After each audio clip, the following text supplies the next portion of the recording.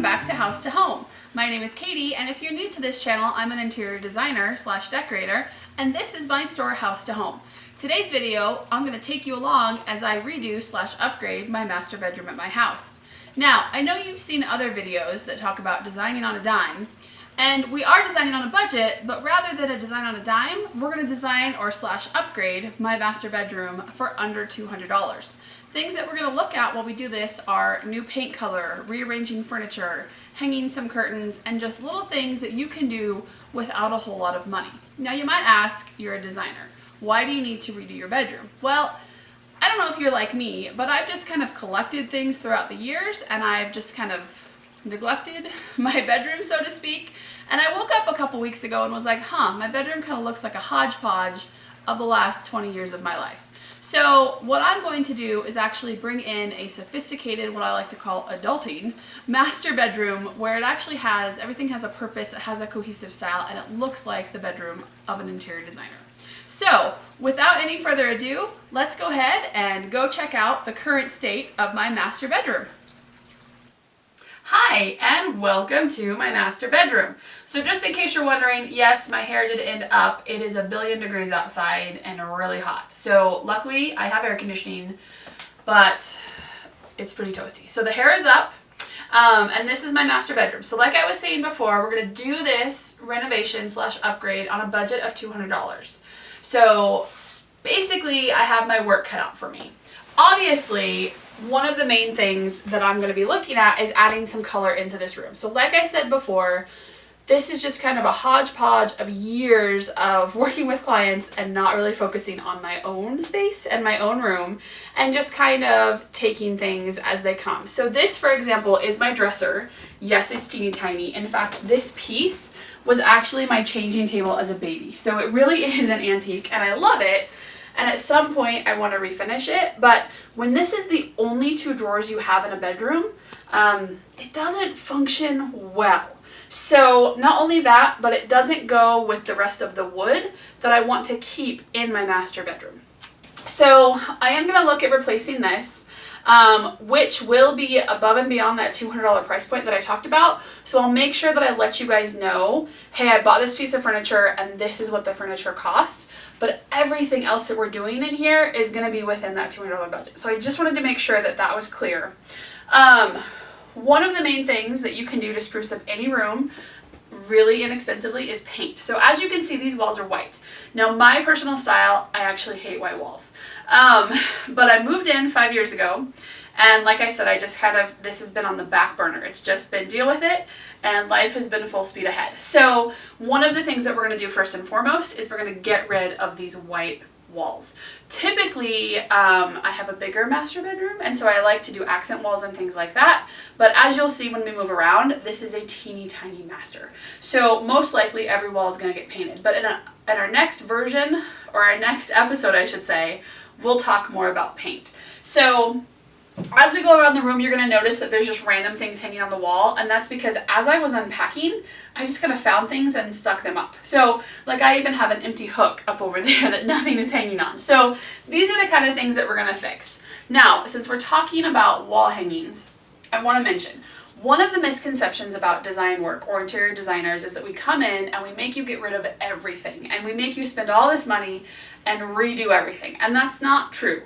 In some cases, that might be the case because the client has actually asked us, hey, get rid of it all and redo it. But the average person typically has pieces that they love or that they inherited or that are really a family heirloom and they don't want to get rid of them, right?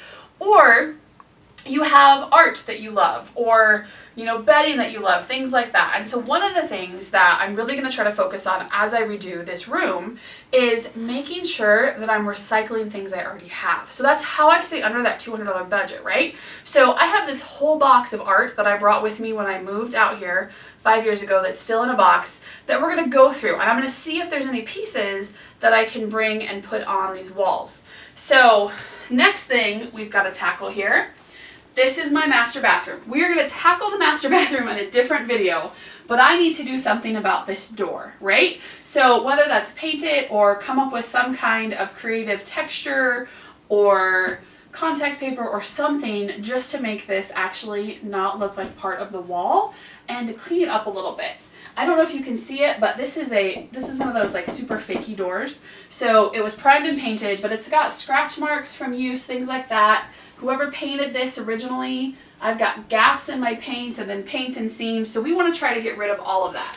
Not to mention this handle right here. So one of the easiest ways to spruce something up is to replace a handle. Now, my camera guy here is getting a little dark, and I do have a black lab. She may come in at some point in this video.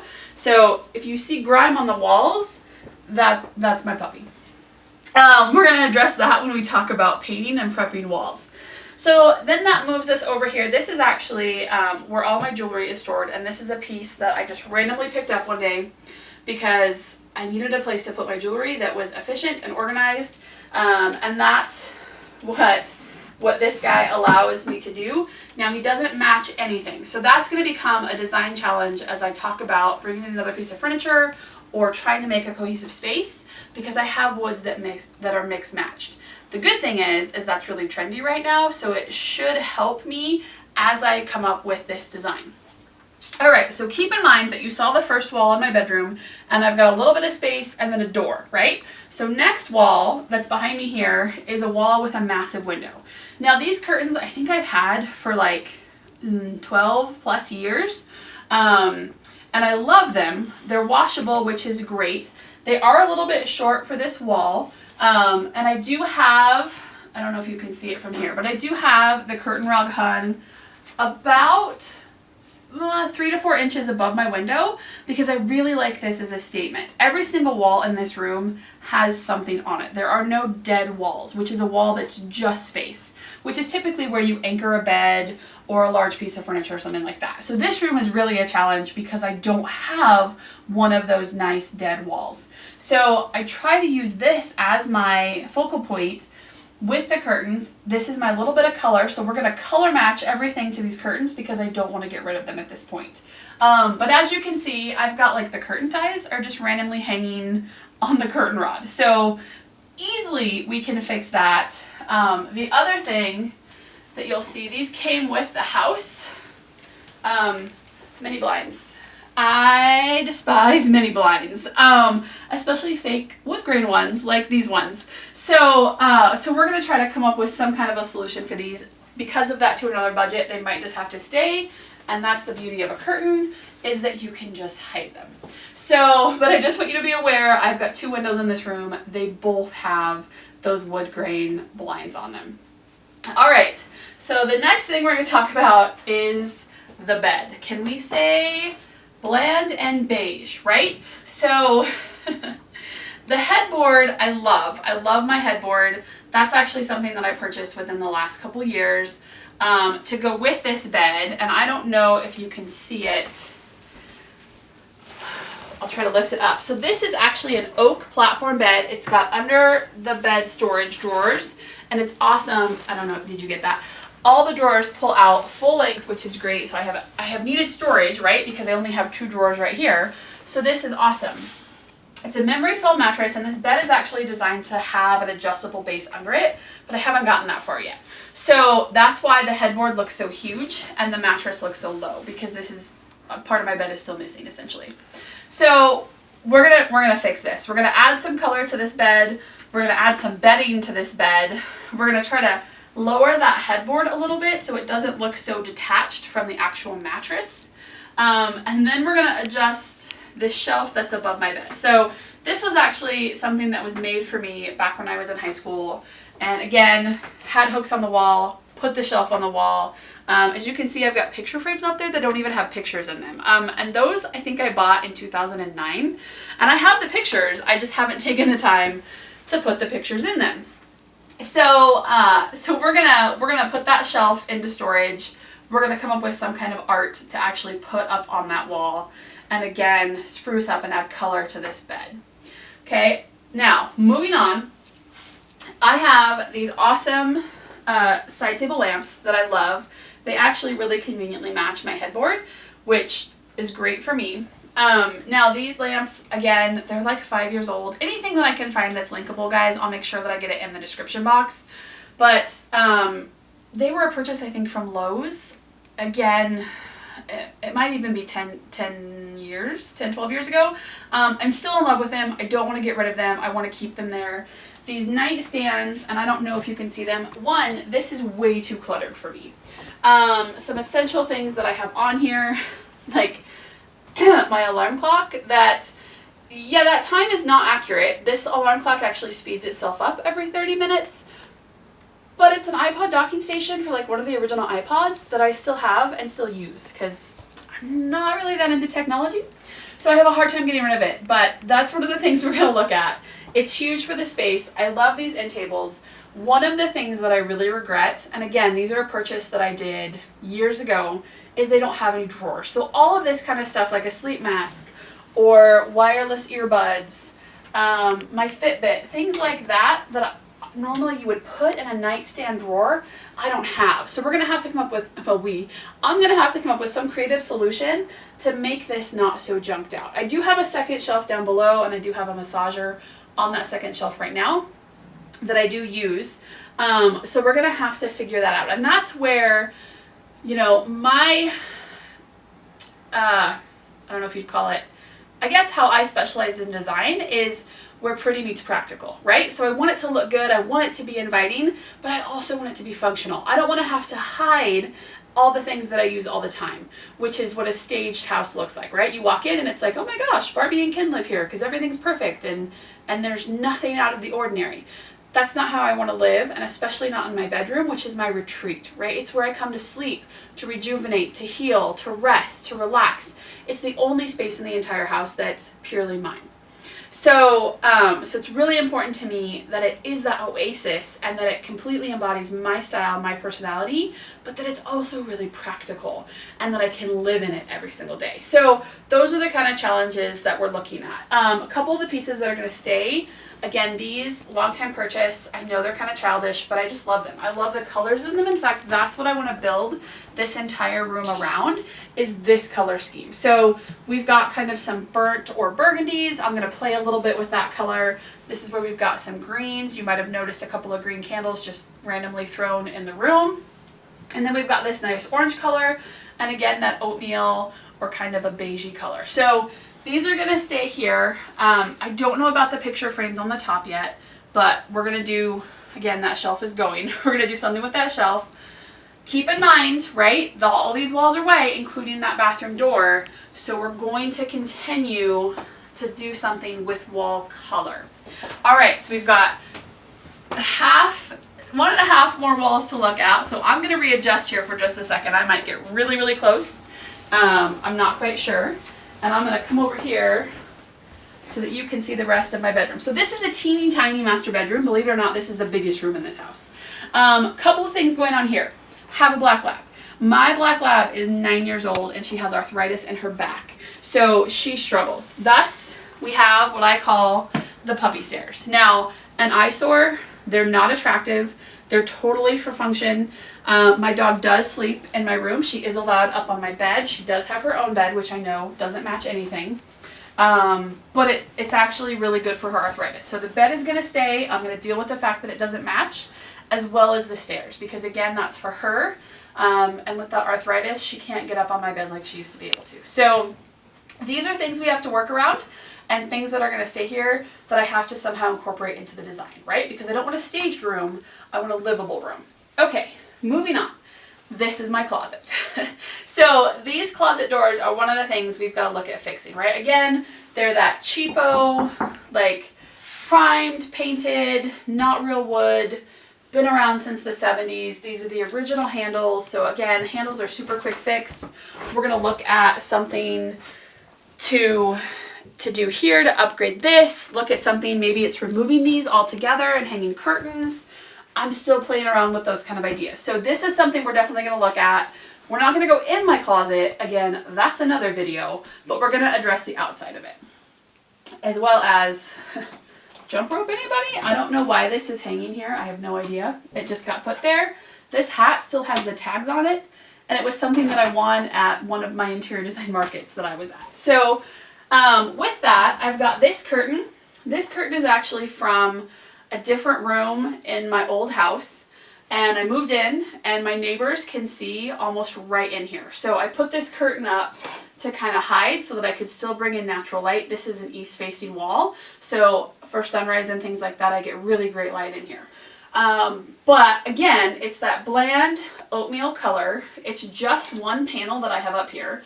You can see, again, I grabbed this window rod, this curtain rod, when I moved in. It's not even the right size. It doesn't go on either side of the window. So we got to fix this situation.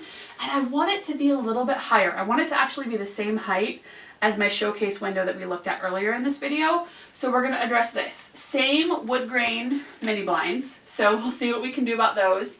And then I want to point out this window frame. So really, for a girl who hates white, there's white everywhere. I mean, the trim is white, the doors are white, the walls are white, so we're going to actually make this look more like a window. We're going to add a trim color, we're going to take away some of that white, and we're really going to make it feel like a cozy, homey room. My style tends to flow more towards the Victorian country, so you're going to see elements of that as I make this design go. And I have to be conscious because, yes, this is my headboard. So notice, right, I had bathroom door, main window, side window, closet, regular, like, entry door. So I don't have enough space for the few things that I do have in this room. So this is something that I'm going to have to be conscious of when I go to do this design. This is probably why this bedroom hasn't been redone, because there are so many design challenges in this room. So hanging a curtain back here could be cumbersome, right? Because this headboard could pinch it, could rip it, it could get caught on it. It could push my headboard forward and cause issues with how the headboard is hooked into the bottom of the bed. All kinds of stuff could go wrong here. So this is something that I'm going to have to problem solve as I move through the design. The last thing that I want to talk about, and I am not on the right wall to do it, you might be able to see it down here. I'm going to lift up my bed frames. This room has no baseboards. So it's got this great floating floor, and it is a light colored wood, which we're going to overlook because I'm not a huge fan personally of light colored woods. And again, this is my personal style. So this isn't about being trendy. This isn't about what so one of the things we're going to look at is baseboard options on a budget. So that might mean baseboards that we find at like a Habitat for Humanities, or, you know, a really thin, like 1/4 inch baseboard, just to hide that gap in the floor and kind of give the room a finished look. Because again, the bedroom, and I don't care whose bedroom it is, that's your oasis. That's where you come to relax, to rejuvenate, to sleep, and you want it to be a calm, finished, complete environment. So those are the main challenges in the room that I'm going to, and you guys along with me are gonna address as we go through this series of redoing this bedroom. One of the things you might notice is that there's no mirror in here. There's not a mirror. So that's one of the things that I want to add in. So there will be elements coming in. I don't actually own a mirror. There is a mirror in the bathroom. You'll see it. It's just like a medicine cabinet type mirror. And so I don't know that I have the space to put a full length mirror, which would be great. But again, as I go through this design process and as you can see what it looks like, to work with a designer or to see what interior design is really about, you'll be able to see kind of how I narrow down that process and how I bring a mirror into this space. So there will be a couple things like baseboards, the mirror, that I purchase, again, trying to stick within that $200 budget. So if I'm buying paint and I'm buying baseboards and I'm buying a mirror, then that means everything else is going to have to be stuff that I already have. Just like if you have stuff in your home that you love, that you're like, I really want help in a room, but I don't want to have to get rid of everything. Well, designers can do that, and me especially. That's one of the things I specialize in is, okay, I walk into a space, one of the first questions I ask a client is, what is it about this space that you love? Whether it's furniture or color or artwork or a rug or a carpet or anything like that, and then let's design around that. Because you set the budget as a client, not me as the designer. So I work in whatever realms you give me to work in. So thus, $200 budget. My room, one of the things that I just remembered when I said rug is there is actually a floor rug underneath this bed. Now this bed base, again, is solid oak, and there is a rug. This rug was from my old bed, which lifted off the floor because my dog used to love to sleep under my bed. And I would hear her crawling under there on the hard floors, and it would wake me up. So I got a rug, super basic, to put under there to solve that. Well, when I switched beds a few years ago, I didn't do anything with the rug. So and at the time it wasn't a big deal, but now I'm kind of like, I would actually like to enjoy the rug that I purchased. So looking at somehow getting my bed up and my rug shifted, if it'll fit. It might not. I think that's an 8 by 10, and I don't remember the dimensions of my walls off the top of my head. So again, something that we'll look at, a challenge that'll present itself, because I would like to enjoy it as I walk around my room. I'm not one to wear shoes in my house, so if you got a shot of my feet, I'm sorry, I need a pedicure. But I don't wear shoes in the house. I never have. That's kind of how I was raised and how we grew up. So anytime that I can get a rug, especially in the winter, it gets really cold in Eastern Oregon, and I don't always have slippers on hand, so it's great to be able to have that. And a rug just makes things cozy and homey. And again, I like earth tones. I like that cozy, warm feeling. So with that, if you have any questions or comments or want to know more about anything that we discussed, go ahead and leave me a comment down below. Again, anything that I can find that's current, I'll make sure I link it in the description box. This description box might be a little light. As we go and as I start adding stuff, I'll continue to do that, and I'll make sure that I link things, especially anything that I get from house to home, because as an interior designer, hopefully most of what I get, with the exception of paint, will be coming through my own store. So make sure that you like this video, or give it a thumbs up if you learned something or were entertained. Be sure to check back in and hit that subscribe button, I should say, so that you know when the next session is up, because the next thing we're going to do is clear everything out of here, pick a paint color, and paint. So, and I'm going to go through in that video how to prep the walls, how to paint, how to do trim, all that good stuff. You might actually even get to see me in action. So make sure that you've clicked that notification bell so that you know when those videos are uploaded. Again, I try to get videos every week. I know it was kind of a 2-week span between the last one and this one. I'm working on that. But also want to know what your favorite part of your master bedroom is. So go ahead and leave that for me in the comments below. And until next time, have a great day.